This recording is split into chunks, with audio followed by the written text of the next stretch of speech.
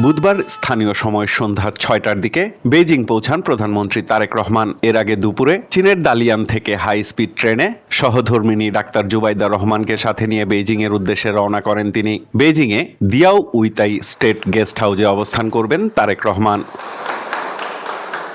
এর আগে সকালে চীনের দালিয়ান ইন্টারন্যাশনাল কনফারেন্স সেন্টারে ওয়ার্ল্ড ইকোনমিক ফোরামের প্ল্যানারি সেশনে যোগ দেন প্রধানমন্ত্রী তারেক রহমান। অংশ নেন চীনের প্রধানমন্ত্রী কিয়াং, দক্ষিণ কোরিয়া, কাজাখস্তান ও মঙ্গোলিয়া সহ বিভিন্ন দেশের প্রধানমন্ত্রীরাও। এছাড়াও ৯০টি দেশের রাজনীতিক ও ব্যবসায়ীরা অংশ নেন।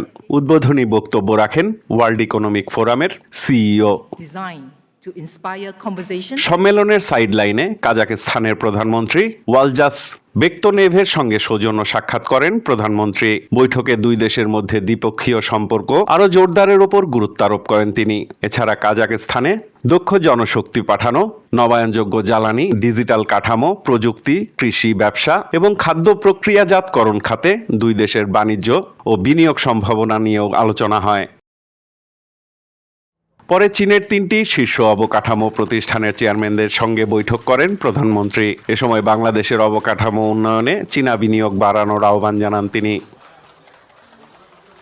বৃহস্পতিবার চীনা কমিউনিস্ট পার্টির আন্তর্জাতিক বিভাগের প্রধান সহ কয়েকজন গুরুত্বপূর্ণ ব্যক্তির সঙ্গে প্রধানমন্ত্রীর সাক্ষাতের কথা রয়েছে। প্রধানমন্ত্রী তারেক রহমানের বেইজিং পৌঁছানোর মধ্য দিয়ে সফরের মূল আনুষ্ঠানিকতা শুরু হচ্ছে।